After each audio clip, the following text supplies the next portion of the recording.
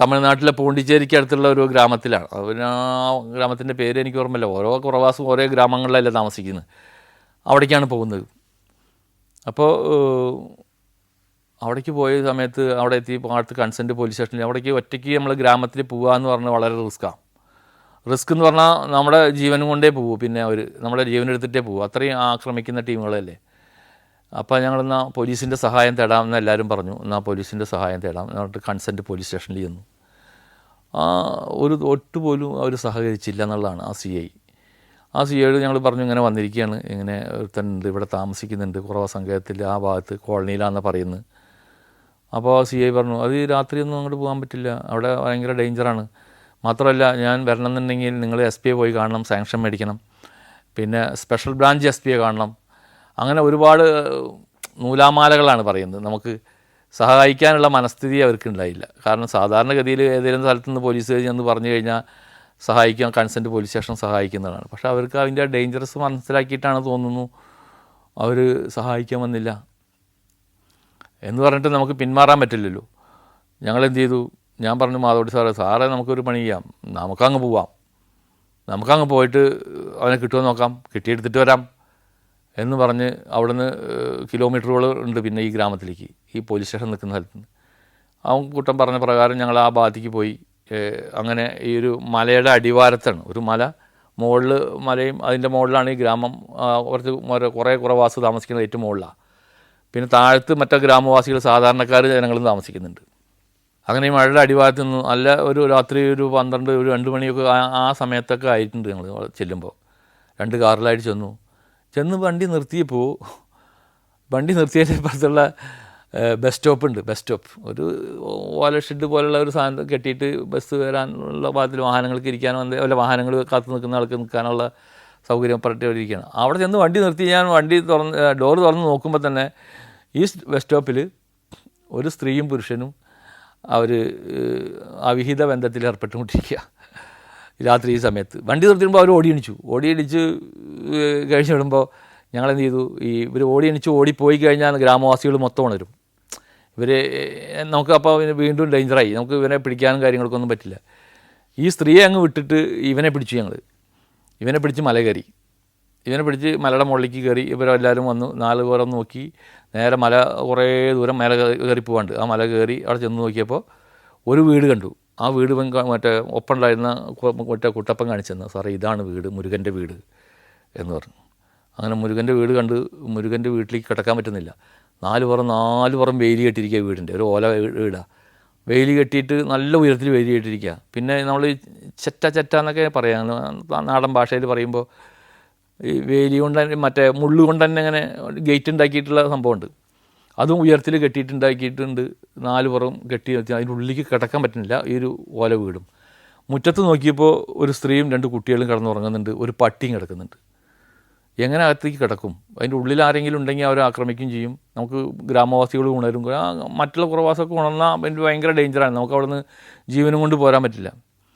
ഈ ബസ് സ്റ്റോപ്പിൽ നിന്ന് വിളിച്ചാൽ അവനും കയ്യിലുണ്ട്. കാരണം അവനെ വിട്ട് കഴിഞ്ഞാൽ അതും പ്രശ്നമാണല്ലോ. എന്താ ഒരുവിധം ഞങ്ങൾ ചവിട്ടിപ്പൊളിച്ച് അകത്ത് കടന്നു വിടുമ്പോൾ ഈ വീടിൻ്റെ മുറ്റത്ത് ഉറങ്ങിയിരുന്ന സ്ത്രീകൾ അങ്ങനെ ഉറങ്ങുകയാണ്. പക്ഷേ പെട്ടെന്ന് പട്ടി കുറയ്ക്കാൻ തുടങ്ങി. പട്ടി കുറച്ചപ്പോൾ ഈ സ്ത്രീ ഓടി എണീറ്റു. അപ്പോഴേക്കും ഞങ്ങൾ അകത്ത് കടന്നിരുന്നു. വീടിൻ്റെ അകത്ത് നോക്കിയപ്പോൾ വീടിൻ്റെ അകത്ത് ആരുമില്ല. ഈ കുളവണ്ടിൻ്റെ ഫോട്ടോ അങ്ങനെ ഒരു ചുമരിൽ നോക്കിയിട്ടുണ്ട്. ഈ സ്ത്രീ എണീച്ച് ബഹളം വയ്ക്കാൻ തുടങ്ങി. ബഹളം വെച്ചപ്പോൾ നീ മുരുകനവിടെ കാര്യങ്ങളൊക്കെ ചോദിച്ചപ്പോൾ മുരുകനില്ല, മുരുകൻ പോയി എവിടേക്കാണ് പോയി ചോദിച്ചപ്പോൾ വേളാങ്കണ്ണി എന്തൊരു തീർത്ഥാടന കേന്ദ്രത്തിൻ്റെ പേര് പറഞ്ഞു.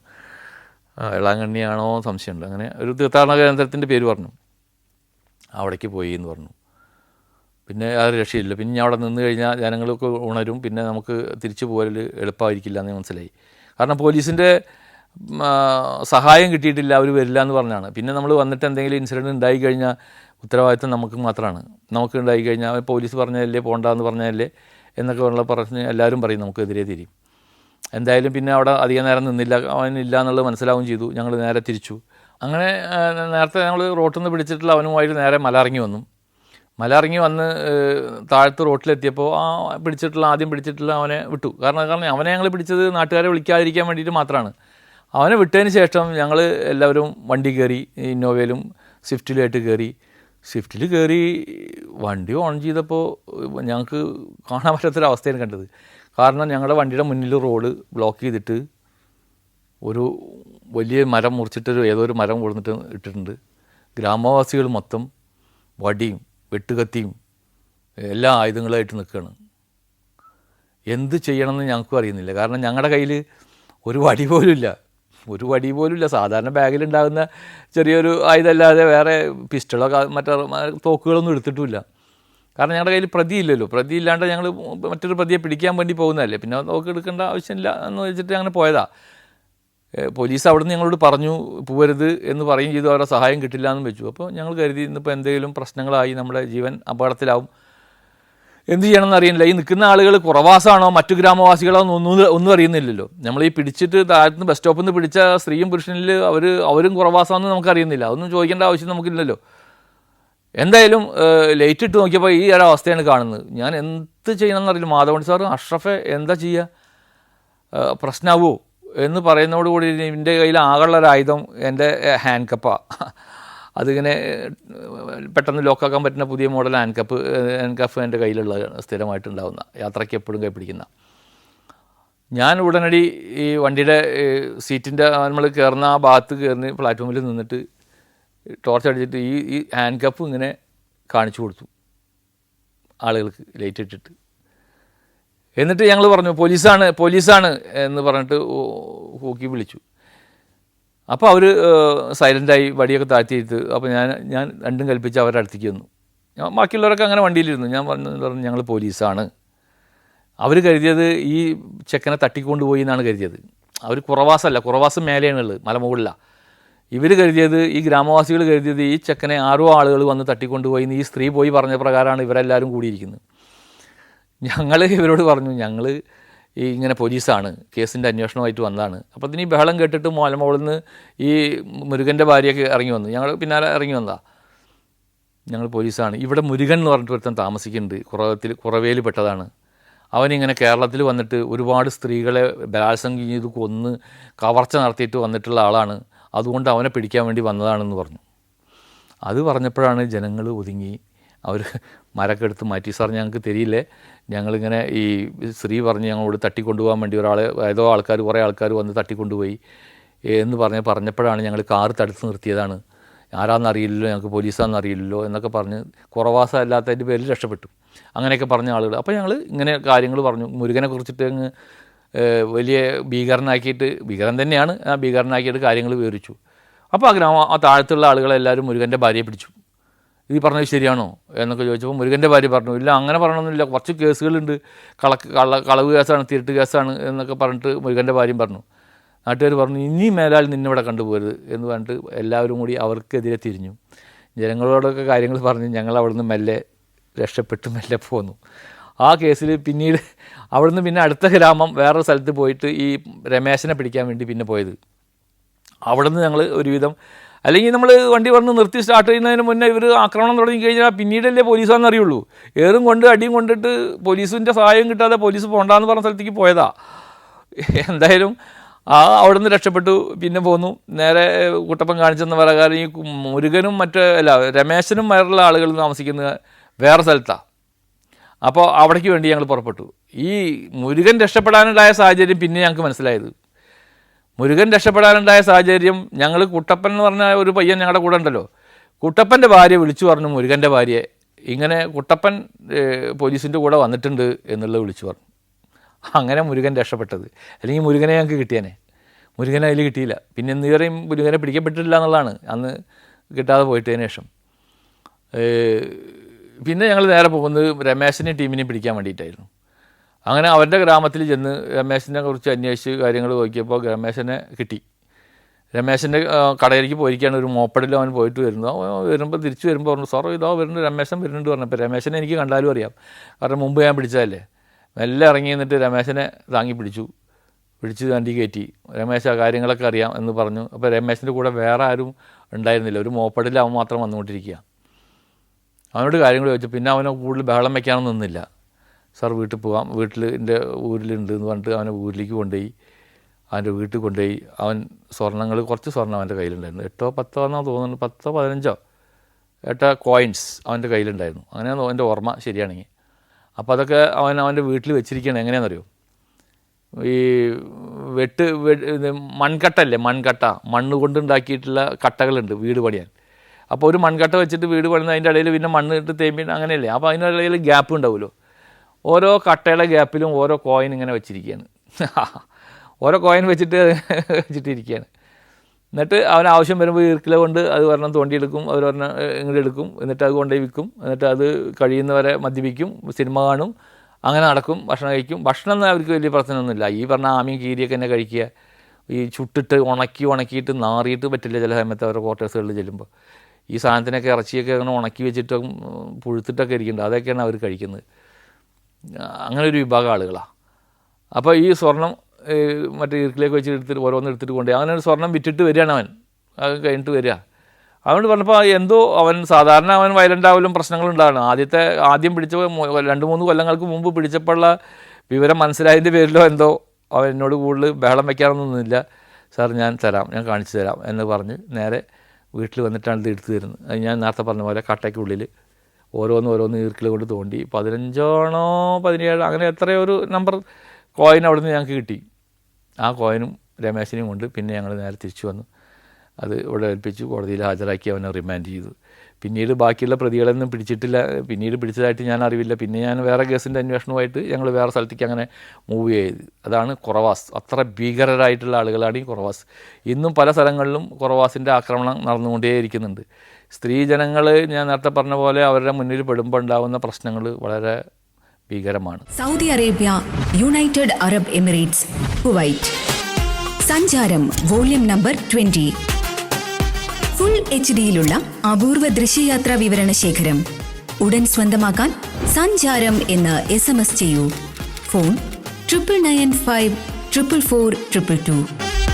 2007 കാലഘട്ടത്തിൽ ഞാൻ ചേലക്കര CIയുടെ പ്രത്യേക അന്വേഷണ സംഘത്തിൽ ജോലി ചെയ്തു വരുന്ന കാലത്ത് ചേലക്കര സർക്കിൾ ഇൻസ്പെക്ടറുടെ അധികം പരിധിയിൽ വരുന്ന പഴയന്നൂർ പോലീസ് സ്റ്റേഷൻ ലിമിറ്റിൽ സൗത്ത് കൊണ്ടാഴി എന്ന് പറഞ്ഞ സ്ഥലത്ത് രാമൻകുട്ടി എന്ന് പറയുന്ന ഒരു പോലീസിൻ്റെ ക്രിമിനൽ ലിസ്റ്റിലുള്ള എന്ന് പറഞ്ഞാൽ KD ലിസ്റ്റിലുള്ള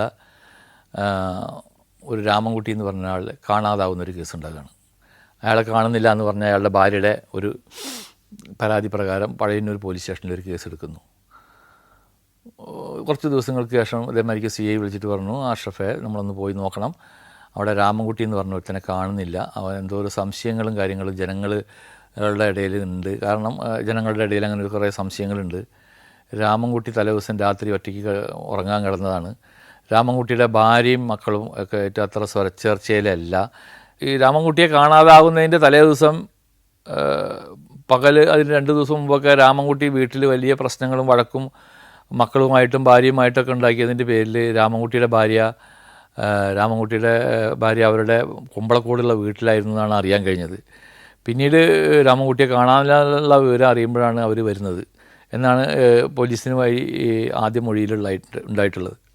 അവരൊരു മകൻ കോട്ടയത്താണ് ജോലി ചെയ്യുന്നത്. അവൻ്റെ കൂട്ടുകാരൻ്റെ കൂടെ, വിജയൻ എന്ന് പറഞ്ഞ കൂട്ടുകാരൻ്റെ കൂടെ കോട്ടയത്തൊരു കമ്പനിയിലാണ് ജോലി ചെയ്യുന്നത്. പിന്നെ ഒരു ചെറിയ പെൺകുട്ടിയാണുള്ളത്. പിന്നെ ഒരു ചെറിയ മോനുണ്ട്. അങ്ങനെ 3 മക്കളാണ് അവനുള്ളത്. അവരുടെ ഭാര്യ വീട് കുമ്പളക്കോട് ഭാഗത്താണ്. പോലീസ് അവിടെയൊക്കെ പോയിട്ട് സംശയങ്ങൾ പറഞ്ഞ് ജനങ്ങൾ സംശയം പറഞ്ഞ് അന്ന് അതിൻ്റെ വീടിൻ്റെ അവിടെ നിന്ന് കുറച്ച് മാറി പാടത്ത് അന്ന് ചവിട്ടി നടന്നതിൻ്റെ കുറേ അടയാളങ്ങളും അവിടെ വെള്ളം അങ്ങനെ നനയ്ക്കാൻ വേണ്ടി ഉപയോഗിക്കുന്ന ചെറിയ കുളങ്ങളുണ്ട്. ആ കുളത്തിൻ്റെ ഭാഗത്ത് കല്ലെടുത്ത അടയാളങ്ങളും വേറൊരു വീട്ടിൽ മറ്റേ ബക്കറ്റ് കോരുന്നതിന് ഉപയോഗിക്കുന്ന കയറ് കാണാതായ സംഭവങ്ങളും പാടത്തിനകത്ത് വരെ പർദ്ദയുടെ അങ്ങനെയുള്ള കുറച്ച് ഡ്രസ്സിൻ്റെ അവശിഷ്ടങ്ങളൊക്കെ കണ്ട് പിടിപിടി കൂടിയതിൻ്റെയൊക്കെ അടയാളം കാണുന്നുണ്ട്.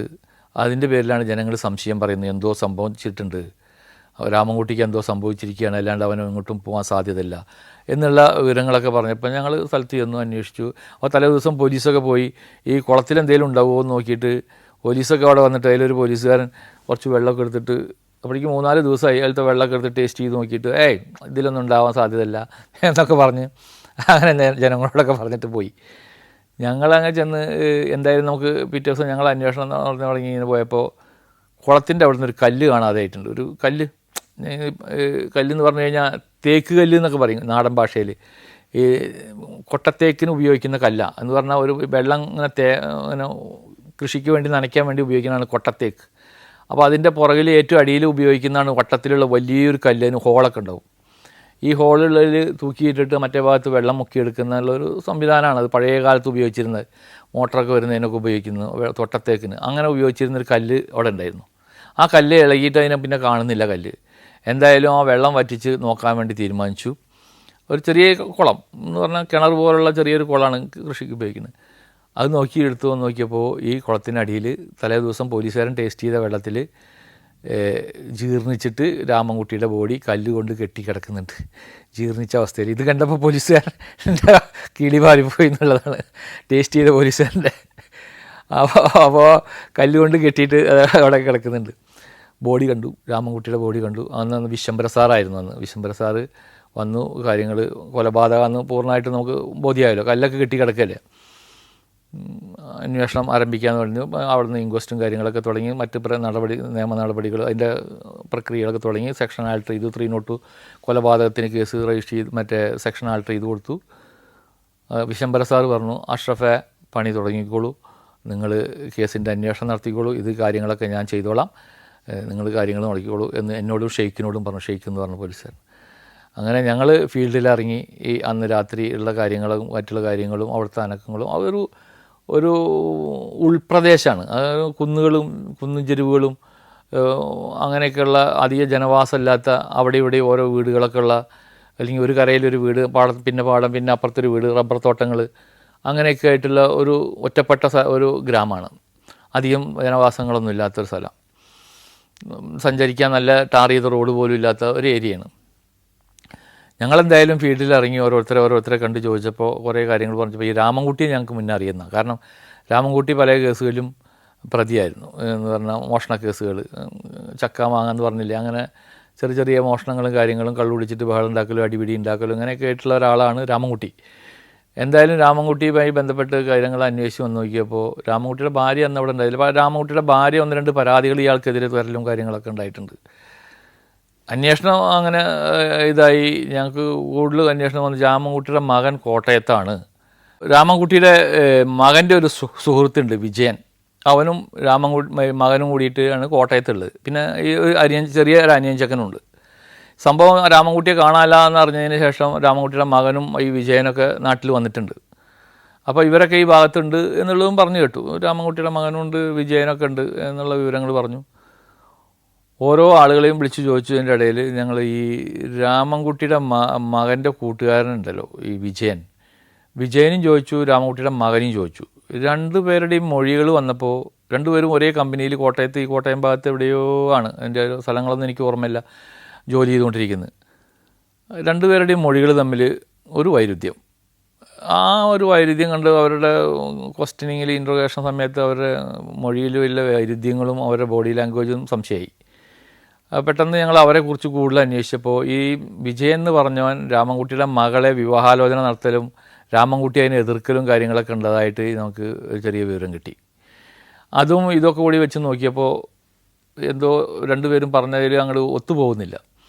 അപ്പോൾ മകനെ ഞങ്ങൾ വിട്ട് ഞങ്ങൾ രാമൻകുട്ടിയുടെ ഈ മകൻ്റെ കൂട്ടുകാരൻ വിജയനെ കൂടുതലായി ചോദ്യം ചെയ്തു വന്നപ്പോൾ ഇല്ല സാർ, ഞാൻ ഇവിടെ ഉണ്ടായിരുന്നില്ല, ഞാൻ കോട്ടയത്താണ്, ഞാൻ ഇന്ന ദിവസമാണ് വന്നത് എന്ന് അവരും പറയുന്നുണ്ട്, എല്ലാവരും പറയുന്നുണ്ട്. ഇവരുടെ നാട്ടുകാരും പറയുന്നുണ്ട്, എല്ലാവരും അവൻ ഇന്ന് വന്നിട്ടുള്ളൂ സാർ, അവൻ കോട്ടയത്തായിരുന്നു എന്ന് പറയുന്നുണ്ട്.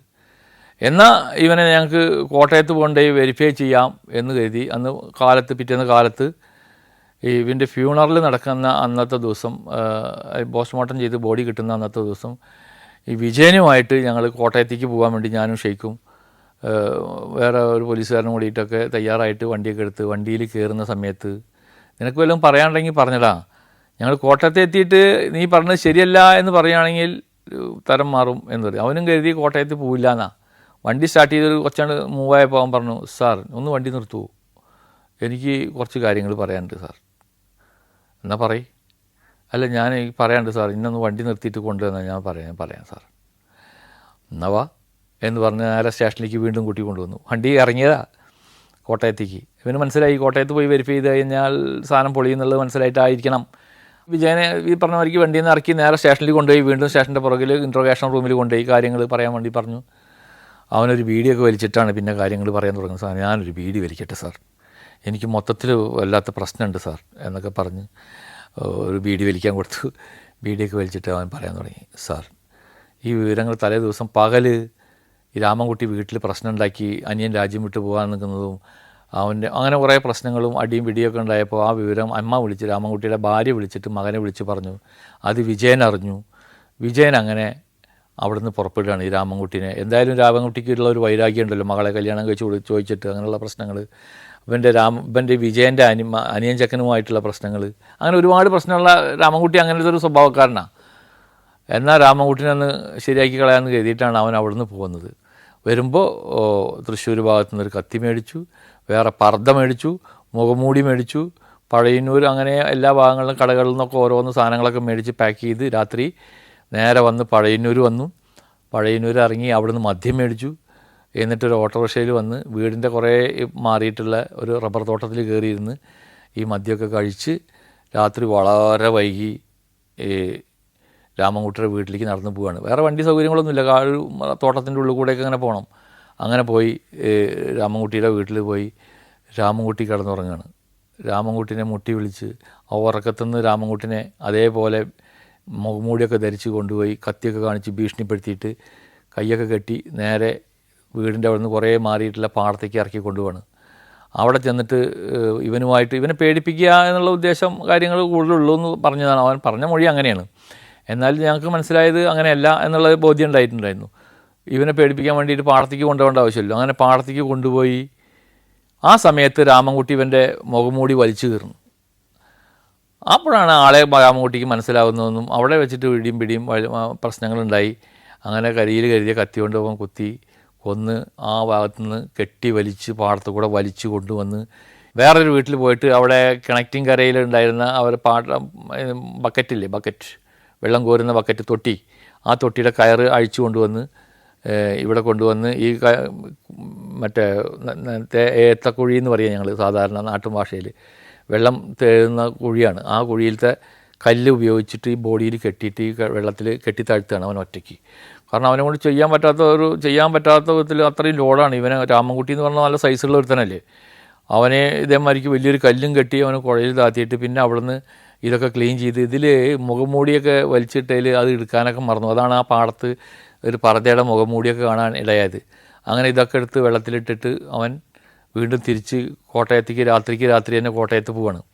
രാമൻകുട്ടിയുടെ മകളെ മറ്റേ വിജയന് കല്യാണം കഴിച്ചു കൊടുക്കാത്ത മുമ്പ് കല്യാണം കഴിച്ചു കൊടുക്കാത്തതിൻ്റെ ചെറിയൊരു വൈരാഗ്യം, അതേമാതിരിക്ക് വിജയൻ്റെ അനിയനുമായിട്ട് രാമൻകുട്ടിയുടെ ചെറിയ മകനുള്ള കൂട്ടുകെട്ടും അവർ രണ്ടുപേരും കൂടി രാമൻകുട്ടിയുടെ ശല്യം മൂലം രാജ്യം വിടാനിടയായ സാഹചര്യമൊക്കെയാണ് ഈ വിജയന് രാമൻകുട്ടിയായിട്ടുള്ള ശത്രുത കൂടാൻ കാരണം. ആ രണ്ട് ശത്രുത മുകളിലാണ് ഈ കാര്യം അന്നത്തെ ദിവസം ഈ സംഭവത്തിന് കൂടുതൽ ആക്കുന്നിരിക്കും. അവനെ കൊലപ്പെടുത്താനുള്ള ഒരു മോട്ടീവ് അല്ലെങ്കിൽ അവനൊരു ഇൻറ്റൻഷൻ അവനിലുണ്ടായത്. അങ്ങനെയാണ് അവൻ ആരും അറിയാതെ രാത്രി അവിടെ നിന്ന് വന്ന് കൃത്യം നടത്തി രാത്രി തന്നെ തിരിച്ചു പോയത്. പക്ഷേ വീട്ടുടമയ്ക്കും അല്ലെങ്കിൽ കമ്പനി മുതലാളിക്കും അവൻ രാത്രി അവിടെ നിന്ന് പോകുന്നതിനുള്ള വിവരം അറിയാം. അതുകൊണ്ടാണ് ഞങ്ങൾ കോട്ടയത്തേക്ക് പോകുമ്പോൾ അവൻ കാര്യങ്ങൾ മനസ്സിലാക്കുമെന്ന് പറഞ്ഞിട്ടാണ് കൺഫസ് ചെയ്യാനിടയായത്. അല്ലെങ്കിൽ അവൻ പറയില്ലായിരുന്നു.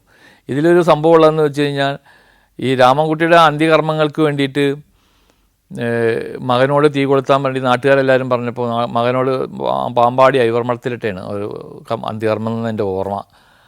അപ്പോൾ നാട്ടുകാരെല്ലാവരും ബന്ധുക്കളും പറഞ്ഞു മൂത്ത മകനോട്, നിനക്ക് അച്ഛൻ്റെ ഇതിൽ യാതൊരു പങ്കും കാര്യങ്ങളൊന്നും ഇല്ലെങ്കിൽ നീ അച്ഛൻ്റെ ചിതയ്ക്ക് തീ കൊളുത്തിക്കോ അല്ലെങ്കിൽ നീ തീ കൊളുത്തണ്ട എന്ന് പറഞ്ഞപ്പോൾ അവൻ തീ കൊളുത്തിയില്ല.